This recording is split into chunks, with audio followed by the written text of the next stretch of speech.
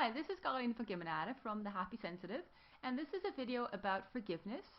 And I want to bring this topic up because forgiveness, like some other, kind of feel good and very spiritual topics, tends to be overused, misunderstood, misapplied. And especially for us HSPs, we can sometimes end up believing that we need to forgive and forget and move on, when actually that's not in our best interest, not in that way. So I want to talk a little bit about emotions, how our emotions and our reactions to other people affect ourselves and affect those other people, and where forgiveness comes into all of that. So when we're feeling a really intense emotion, for someone, like hatred or anger or some other kind of emotion that just kind of seems to continue and it almost becomes chronic, what is really important in that moment is to realize, like, there's a part of us that thinks that we're very productive by hating someone or by being angry with somebody, or really like chronically emotionally responding to someone in a certain way, even if they're not there. So a lot of this kind of emotional stuff happens in the back of our head, like consistently, on a day-to-day basis. We think about that person, we're like, oh, I hate that person so much, and there's this kind of ongoing cycle of kind of mental interaction that we have with this person, and regardless of whether that is or is not affecting the person in some very subtle way, what is actually happening is we are stewing in our own emotions. And since as HSPs we're very emotional, we have a lot of emotions, this is a very important topic for us. Now, if you've read up on Buddhism, then some of the kind of standard interpretations of Buddhism would kind of have you think that you have to get rid of your anger and get rid of your hatred and get rid of all those emotions because you are affected by them negatively.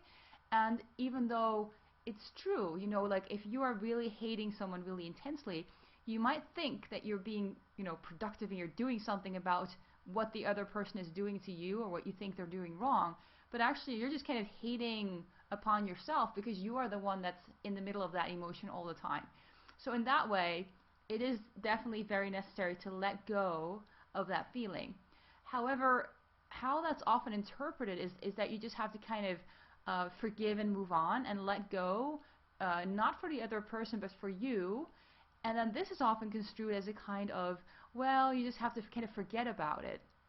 And I think in this whole kind of chain of do this, do this, do this, do this, in this whole discussion, there's a very important part that is often missed, which is if you are really upset about a certain person in your life or just something that happened and you really hate that person, it's essential to notice, like, wow, this really hurt me.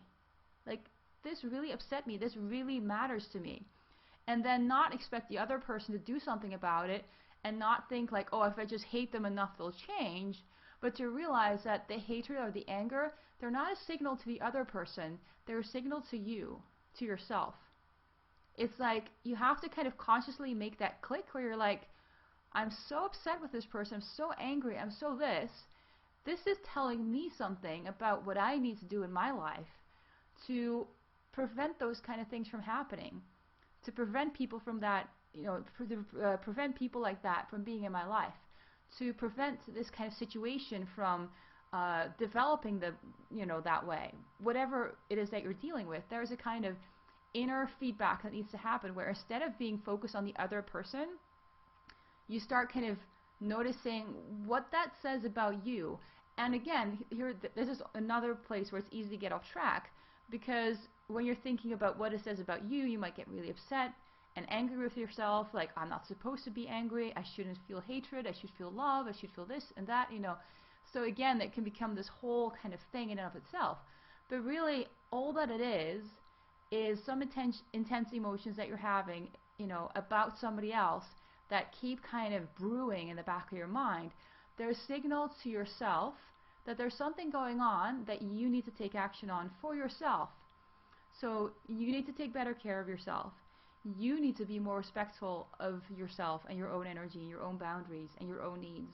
You need to kind of look out for yourself for something like that happening again, or there's something in your relationship to yourself that needs adjusting. Where something happened based on, let's say, your old settings. Your old settings, your own way of responding to the world, your own way of relating to yourself. Somehow, from those kind of inner settings, somehow from the place of that inner kind of programming, something happened in your life that really upset you and that really hurt you. And so you need to kind of see that and take responsibility for that, in the sense of, oh, somehow whatever I've been doing, whatever I did, got me into that situation, or got me into that place, or got me into that kind of setting. And I need to look into what that is. I need to kind of reestablish a better relationship with myself to make sure that that doesn't happen again. To make sure that I don't become vulnerable, well, no, not vulnerable, but to make sure that I don't become a victim in that way again, or to make sure that I don't have my buttons pushed in that way by somebody like that, or to make sure that I'm protected, or to make sure that, and without going into a whole kind of dramatic, I have to protect myself kind of thing, that's the other extreme.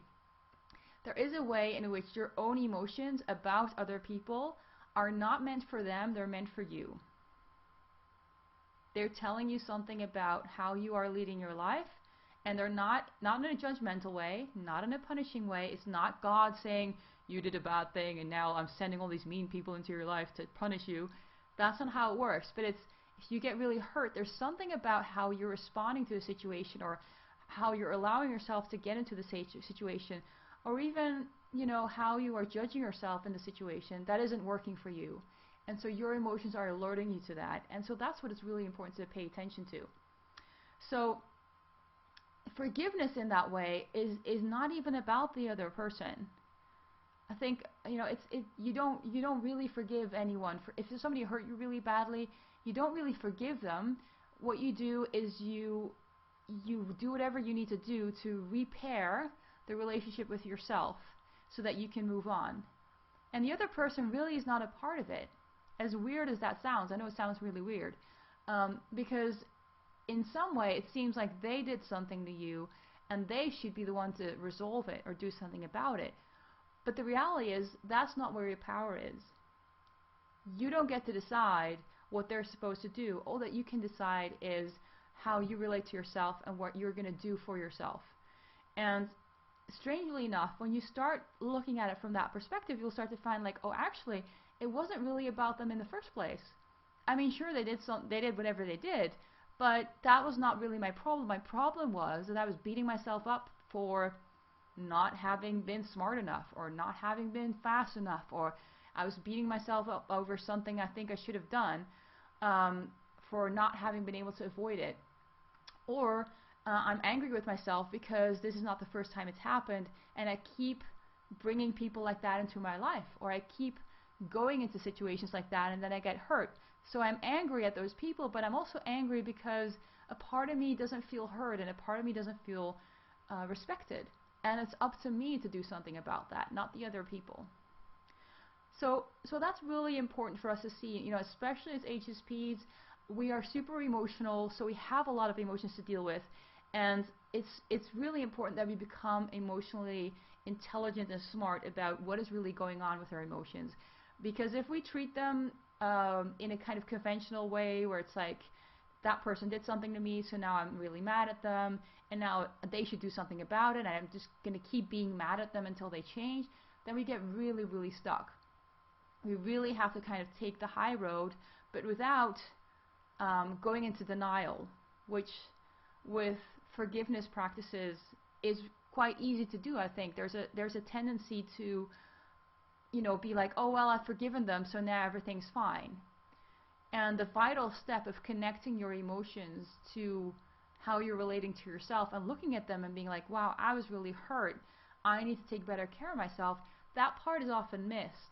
So then it's like, but I forgave them, and now it's still, something is still not right, and I don't understand because I forgave them.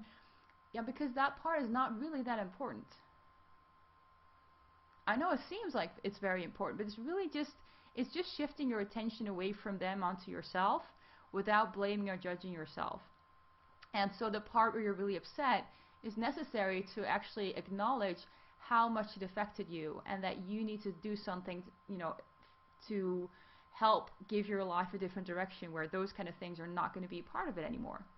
And there's a limited, of course, there will always be things that are outside your control, but the most important thing is that you kind of, repair that relationship with yourself, because that's the only thing that really gets damaged in any kind of negative interaction with anybody else. It's never really about the other person. The only thing that really gets damaged is your sense of trust in yourself, your sense of trust in the world, which is again yourself, your sense of safety, your sense of self-reliance, your sense of being able to stand up for yourself, like all these things, all in the end like a coupling, like a feedback loop into yourself, and it's the other person is just a way to help you see like what is going on. So this also kind of links into the whole idea of other people are a reflection of you. But again, the way that often is interpreted is like, oh, other people are a reflection of you, so if you have mad people around you, then it's just that you are being mad and you should stop being mad and you should be happier or something like that. It's often interpreted in a very superficial way, which is not helpful because it's not that simple. But all of those things, all of those different kind of practices really are about, others are a mirror of you. You have to forgive you have to forgive and move on for yourself, not for them. If you're hating others and you're really only hurting yourself, that kind of stuff. It's not about pretending that everything's fine when it's not, but it's really about bringing your attention back to yourself and noticing how all those feelings and experiences have affected your relationship to yourself and what you can do about that.